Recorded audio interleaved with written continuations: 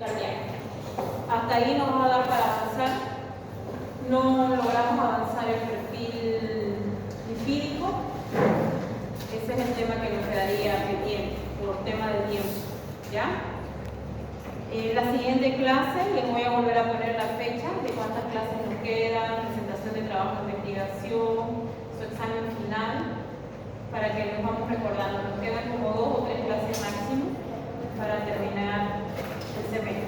¿No? Bueno, fíjense que yo en la pizarra quizás no se ve mucho, pero obviamente estas pruebas las tienen en las diapositivas, solamente que aquí se las fui resumiendo cuál es la función de cada una de ellas. Pero obviamente la tienen en las diapositivas. Cuando hablamos de perfil hepático vamos a estudiar el hígado. Entonces nosotros nos tenemos que acordar que el hígado es el motor metabólico del cuerpo, que él metaboliza, sintetiza y le pasa todos los componentes metabolizados al riñón para que el riñón los pueda o reabsorber o los pueda eliminar. La unidad funcional del hígado es el hepatocito. Y las pruebas que vamos a ver el día de hoy son pruebas que me permiten ver si hay daño en el hígado o no. Ahora vamos a ver que el hígado puede dañarse directamente del propio órgano, pero pueden haber motivos externos al hígado que lo pueden dañar, como por ejemplo fármacos, drogas, alcohol o procesos obstructivos. No siempre el daño viene propiamente del hígado, sino factores externos también. ¿Ya? Vamos a empezar con la transaminasa.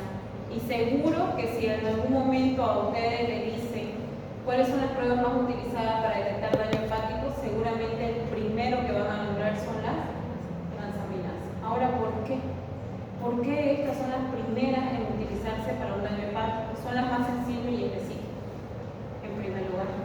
En segundo lugar, son las más económicas. Si yo comparo todas estas pruebas con las transaminasas, son las más económicas. Tercer motivo, son las más fáciles de realizar. No necesito un equipo especial, no necesito un reactivo especial. Por lo tanto, por eso estas se convierten en las pruebas más seleccionadas para detectar un daño hepático. Cuando yo hablo de transaminasa, hablo de dos. La transaminasa glutámica pirúvica, por eso la abrevio TGP, y la transaminasa glutámica oxalacética, por eso la abrevio TGO. ¿Son las únicas formas de llamarlas? No, como la ven en la pizarra. La transaminasa glutámica pirúvica tiene otro nombre que es llamada alaninoaminotransferasa. Y la transaminasa glutámica oxalacética es llamada aspartato aminotransferasa. O sea que cualquiera de esos nombres ustedes se lo pueden aprender. ¿Se pueden aprender abreviaciones? Sí. Pero si ustedes aprenden abreviaciones, están en la obligación de saber qué significa esa abreviación. Yo en algún momento les dije que he sido tribunal de examen de grado y tranquilamente les dejan hablar de abreviación, pero en algún momento le pueden preguntar qué significa esa abreviación que ustedes están diciendo. Entonces recuerden, cada vez que digan una abreviación, acuérdense cuál es el nombre completo de esa abreviación. Entonces vuelvo a repetir, con esos dos nombres ustedes los pueden conocer. ¿Qué quiero que sepan de las transaminasas? Estas transaminasas son enzimas. ¿Por qué necesito saber que son enzimas? Porque cada vez que yo hable esta palabra enzima, automáticamente en su mente tiene que venir que está en más de un órgano. Las enzimas difícilmente se localizan 100% en un órgano, no existe esa opción. ¿Hay enzimas que tienen más predisposición a un órgano? Sí. Pero cuando yo hablo de enzimas, estas enzimas se localizan en más de un órgano. Eso es lo primero que yo tengo que saber cuando hablo de transaminasas. Tengo que saber que son enzimas y que pueden estar localizadas en más de un órgano. Cuando yo hablo de las transaminasas, se cumple una regla llamada regla de oro. Estas reglas de oro son 3, que si ustedes las aprenden, no van a tener problemas en detectar un daño hepático. ¿Cuál es la regla de oro que se conoce? Y estoy hablando de las dos transaminasas. Las dos transaminasas, imagínense que son hermanas gemelas. Las dos están juntas. Una se eleva, la otra también. Es imposible que una se eleve y la otra esté normal. Nunca van a ver eso. Si ustedes ven eso en algún momento, algo está pasando con el laboratorio, porque no puede pasar eso. Si una se eleva, vuelvo a repetir, la otra le sigue. Es imposible que una esté alta y que la otra esté baja. ¿Cuál es la regla de oro que les digo que son 3. Cuando estas transaminasas se elevan menos de 5 veces su valor, estamos hablando de un hígado graso, que nosotros lo conocemos como esteatosis hepática. Si estas transaminasas se elevan entre 5 a 10 veces su valor normal, estamos hablando de un daño hepático crónico.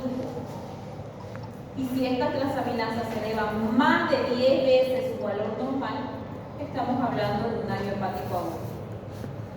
Y la literatura dice que el 90% de este daño hepático agudo es de origen viral. Vuelvo a repetir, ¿cuál es la regla de oro de la transaminasa? Son 3. Una, cuando estas dos se elevan menos de 5 veces su valor normal, estamos frente a una esteatosis hepática conocida como hígado graso. Cuando estas dos se elevan entre 5 a 10 veces su valor normal, estamos frente a un daño hepático crónico. Y cuando estas se elevan más de 10 veces su valor normal, estamos frente a un daño hepático agudo. Y ese daño hepático agudo, 90% de los casos es por una hepatitis viral. ¿Qué digo yo? ¿Qué es la hepatitis? Es la inflamación del hígado, ¿no ves? Nosotros podemos tener miles de causas de hepatitis. Podemos tener hepatitis por fármaco, hepatitis por droga, hepatitis autoinmune, podemos tener hepatitis viral, y esa es la que le estoy hablando. Cuando estas transaminasas se elevan más de 10 veces, estamos hablando de hepatitis viral. ¿Cuántos tipos de hepatitis viral tenemos? 5. A, B, C, D y E. De estas 5 hepatitis viral, la única que tiene un mecanismo de transmisión diferente al resto es la hepatitis A. Porque la hepatitis A se transmite ano, mano, boca, en alimentos y bebidas contaminadas. En cambio, la hepatitis B, C, D y E se transmite por relaciones sexuales, transfusiones sanguíneas, vía parenteral, vía placentaria, contaminaciones accidentales por jeringas, a diferencia de la hepatitis A. Entonces, cuando ustedes tengan, sobre todo niños y adolescentes, una de las primeras causas de la hepatitis viral siempre se sospecha de la A. ¿Listo? Entonces, para eso vamos a estudiarlas un poquito. Ya hablamos de manera general de las dos. Ahora vamos a separarlas un poquito para estudiarlas. Comencemos con esta, que se llama transaminasa glutámica oxalacética. Acuérdense que también tenía otro nombre, aspartato aminotransferasa. Para mí es más fácil conocerla como TGO, porque la T de transaminasa, la G de glutamínica y la O de oxalacética. Entonces, su valor normal tanto de la TGO como de la TGP, fíjense que es igual. La literatura dice de 8,45, de 8,45. Hay literaturas que dicen de 10 a 50. Y vuelvo a repetir lo que siempre yo les digo. No es necesario que ustedes aprendan el valor de referencia que yo les muestro en mi diapositivo, que yo hablo. Ustedes siempre le tienen que hacer caso al valor de referencia de su laboratorio.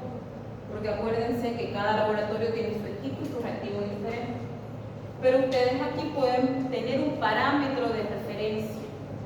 ¿Por qué necesito saber su valor de referencia? ¿Se acuerdan las 3 reglas de oro que les dije? Menor a 5 veces su valor normal, entre 5 a 10 veces su valor normal y más de 10 veces su valor normal. Cuando yo hablo de la transaminasa glutámica oxalacética, como se la puse en pizarra, esta compite del 100% de esta enzima que puede estar en el cuerpo, 50% de esta enzima se localiza en el corazón y 50% se localiza en el hígado. O sea que compite en su concentración. Por lo tanto, cuando yo tengo elevada esta prueba, yo específicamente no sé si viene por un problema del corazón o si viene por un problema del hígado.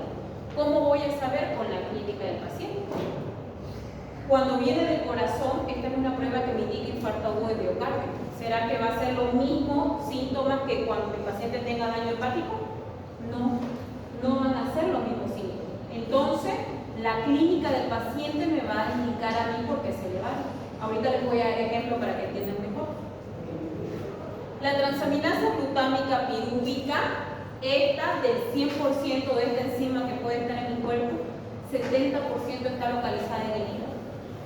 y el otro 30% está localizado en otros órganos. Por lo tanto, entre la transaminasa glutámica pirúvica y la transaminasa glutámica oxalacética, la que está en mayor concentración en el hígado es la pirúvica. Si yo en algún momento tengo que elegir cualquiera de las dos para detectar un daño hepático, siempre voy a ir con la pirúvica, porque ella tiene mayor concentración en el hígado. Y ahora les voy a dar un ejemplo. Llega un paciente, niño, 8 años, con náuseas, con vómitos, con diarrea, con distensión abdominal, con dolor abdominal. La mamá le dice que al orinar su orina está oscura como color Coca-Cola. ¿Qué les hace sospechar hasta ahí a ustedes eso? El hepático, ¿no es? El color de la orina Coca-Cola que se llama coluria, característico de un daño hepático.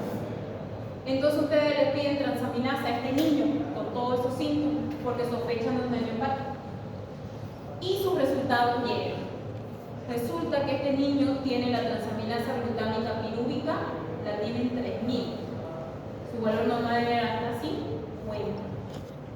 ¿Se elevó más de 10 veces? Sí. Y la transaminasa glutámica oxalacética la tiene en 1500. ¿Se elevó más de 10 veces? Está elevándose más de 10 veces cercano a eso. Pero ven la diferencia, lo que yo quiero que vean la diferencia es cuál se elevó más, la pirúvica, pero la otra también la acompañó. Donde yo tenga el predominio, ahí es donde está el daño. Obviamente comparando con la clínica del paciente. Siempre tengo que comparar con la clínica del paciente. Veamos el segundo caso.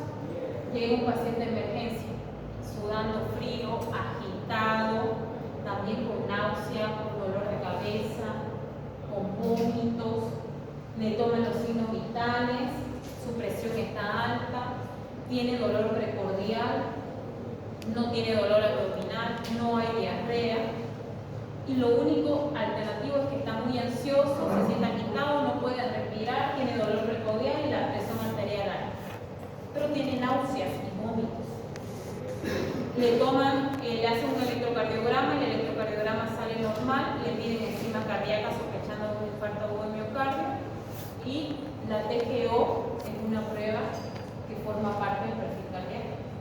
Y resulta que la TGO salió 4000 y le piden la TGP también para ver el daño hepático y resulta que la TGP tiene 2000. ¿Dónde está el predominio? En la TGO. ¿Qué les dije de la TGO? Ella compite en el corazón y en el hígado. ¿Y qué les dije de las dos transaminasas que son como hermanas gemelas? Si una sube, la otra automáticamente también va a subir. Lo que yo me tengo que fijar y lo que tengo que estar atenta es dónde está el predominio. En este caso el predominio está en la TGO, pero sus síntomas van más a daño hepático o a un infarto agudo de miocardio. A un infarto agudo de miocardio. Entonces, así son como se manejan estas dos transaminasas. Por eso son las más utilizadas dentro del perfil hepático. Otra característica que tiene la transaminasa glutámica oxalacética, ella es muy sensible al alcohol. Cuando mi paciente tiene un daño hepático por alcohol, la transaminasa glutámica oxalacética se eleva a veces mucho más que la transaminasa glutámica pirúvica. Por eso es que la transaminasa glutámica oxalacética es una prueba que entra dentro de los dos, para problemas de infarto agudo de miocardio y para problemas de un infarto de un daño hepático. ¿Quedó claro la transaminasa? Pasemos a la tercera prueba. Gamma-glutamil transpeptidasa. ¿Qué tengo que saber de esta? Que es una enzima. ¿Qué les dije yo de las enzimas? Están en más de un órgano. Esta prueba es llamada prueba del mentiroso para el paciente alcohólico. ¿Cuál era la prueba